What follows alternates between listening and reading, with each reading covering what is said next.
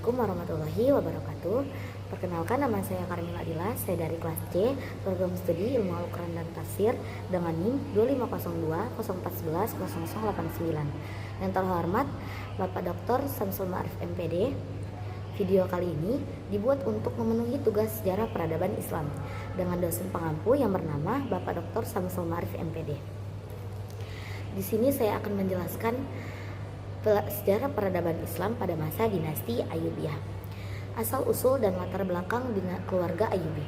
Dinasti Ayyubiyah berawal dari sebuah keluarga Kurdi yang termasuk dalam konfederasi suku Hadzabani. Keluarga ini pada mulanya tinggal di kota Devin, sebuah wilayah di Armenia. Namun karena kondisi politik saat itu, mereka kemudian bermigrasi ke Tikrit di daerah Irak. Dari keluarga inilah lahir seorang tokoh yang nantinya dikenal di seluruh dunia, yaitu Salahuddin al-Ayyubi. Nama dinasti Ayyubiyah sendiri diambil dari nama ayahnya, yaitu Najmuddin Ayyub.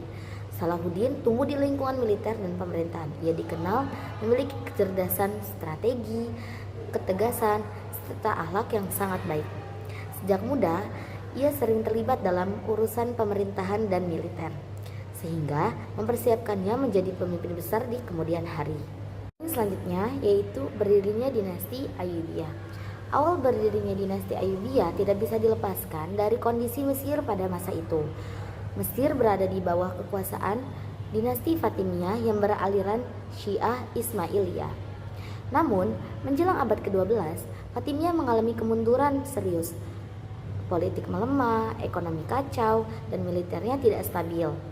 Dalam kondisi itu, Salahuddin diangkat sebagai wazir Perdana Menteri oleh Khalifah Fatimiyah terakhir, yaitu Al-Adid. Ketika sang khalifah wafat pada tahun 1171, Salahuddin mengambil langkah besar, yaitu ia menghapus sistem pemerintahan Fatimiyah, menutup lembaga Syiah di Mesir, dan mengembalikan Mesir kepada ajaran Sunni sesuai mazhab Ahlussunnah wal Jamaah. Dengan tindakan itu, dinasti Ayyubiyah resmi berdiri pada tahun 1171 dengan pusat kekuasaan di Mesir. Ini bukan hanya perubahan politik, tetapi juga perubahan keagamaan yang signifikan. Salahuddin berhasil menyatukan aspek pemerintahan dan agama sehingga Mesir kembali menjadi pusat Sunni yang kuat. Selanjutnya, perluasan wilayah kekuasaan Ayyubiyah. Setelah Mesir stabil, Salahuddin bergerak memperluas kekuasaan dinasti melalui strategi militer, diplomasi, dan penyatuan pemimpin muslim. Wilayah Ayyubiyah akhirnya mencakup Mesir, Suriah, Palestina, Yaman, Hijaz, termasuk Mekah dan Madinah, sebagian Irak, dan sebagian Afrika Utara. Ekspansi ini tidak hanya hasil perang, tetapi juga karena keberhasilan diplomasi Salahuddin dalam mempersatukan para penguasa muslim yang sebelumnya saling bermusuhan.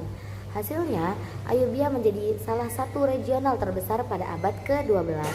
Poin selanjutnya, sistem pemerintahan dinasti Ayyubiyah. Dinasti Ayyubiyah memiliki sistem pemerintahan yang unik, yaitu desentralisasi berbasis keluarga. Beberapa cirinya adalah: 1. Wilayah-wilayah besar diberikan kepada anggota Ayyubiyah untuk dikelola. Yang kedua, meski begitu, semua wilayah tetap berada di bawah komando Sultan Utama, yaitu pemimpin pusat dinasti. Selanjutnya, yang terakhir, sistem ini membantu dinasti memperluas pengaruh dan mempertahankan pemerintahan selama sekitar 75-80 tahun. Selain Salahuddin, ada beberapa tokoh penting di dinasti ini adalah Al-Adil, Saifuddin, Al-Kamil, Muhammad, para penguasa Ayyubiyah di Suriah, Mesir, dan Yaman. Mereka melanjutkan visi Salahuddin dalam bidang militer, pendidikan, dan administrasi. Poin selanjutnya, dinasti Ayyubiyah dan perang salib. Bagian paling terkenal dari sejarah Ayyubiyah adalah perannya dalam perang salib, khususnya di bawah kepemimpinan Salahuddin. Pada tahun 1187 terjadi pertempuran besar yang disebut Pertempuran Hattin. Dalam pertempuran ini, Salahuddin berhasil mengalahkan tentara salib dan strategi militer yang brilian. Kemenangan ini menjadi titik balik karena membuka jalan bagi pembebasan Yerusalem. Setelah kemenangan tersebut, Salahuddin memasuki Yerusalem bukan dengan balas dendam, tetapi dengan toleransi dan kemanusiaan.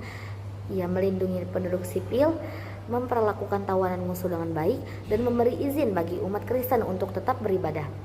Sikap mulia ini membuat Salahuddin dihormati bukan hanya oleh umat Islam, tetapi juga oleh bangsa Eropa. Ayyubiyah juga melakukan berbagai ekspedisi militer di Yaman, Suriah, dan wilayah lain untuk mempertahankan stabilitas dan kekuasaan.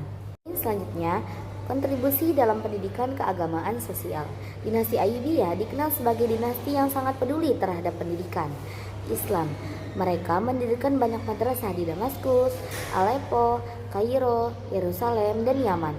Madrasah ini menjadi pusat penyebaran ilmu agama, hukum Islam, dan ilmu pengetahuan lainnya.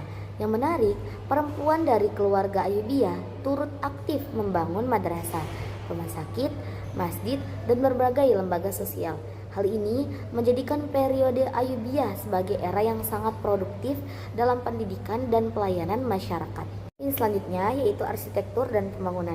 Ayyubiyah juga meninggalkan banyak bangunan penting, terutama bangunan militer, benteng, menara pertahanan, dan tembok kota. Yang paling terkenal adalah benteng Qal'ah Al-Jabal di Kairo, yang menjadi salah satu pusat pertahanan terbesar di dunia Islam. Bangunan keagamaan dan pendidikan selain benteng, mereka juga membangun madrasah, masjid, rumah sakit, wakaf, dan fasilitas sosial lainnya. Bangunan-bangunan ini menunjukkan kemajuan teknologi dan seni arsitektur pada masa itu. Poin selanjutnya, kemunduran dan runtuhnya dinasti Ayyubiyah. Setelah wafatnya Salahuddin pada tahun 1193, terjadi perebutan kekuasaan di antara keluarga Ayyubiyah. Konflik internal ini menyebabkan wilayah dinasti terpecah-pecah, stabilitas menurun, kekuatan militer melemah. Di saat yang sama, muncul ancaman besar dari bangsa Mongol, dinasti Mamluk yang mulai kuat di Mesir. Akhirnya pada pertengahan abad ke-13, Mamluk mengambil alih Mesir dan menggantikan Ayyubiyah sebagai penguasa. Sisa-sisa Ayyubiyah di Suriah pun secara perlahan runtuh. Yang terakhir, warisan besar dinasti Ayyubiyah. Walaupun tidak berlangsung lama, dinasti Ayyubiyah meninggalkan warisan yang sangat besar. Yang pertama, menguatkan posisi Ahlus Sunnah di Timur Tengah. Yang kedua, mengembangkan pendidikan Islam melalui madrasah. Yang ketiga, membangun arsitektur monumental. Yang keempat, menjadi simbol persatuan dunia Islam. Melahirkan tokoh besar, Salahuddin Al-Ayyubi, pemimpin yang dikenal karena keberanian dan akhlaknya yang mulia.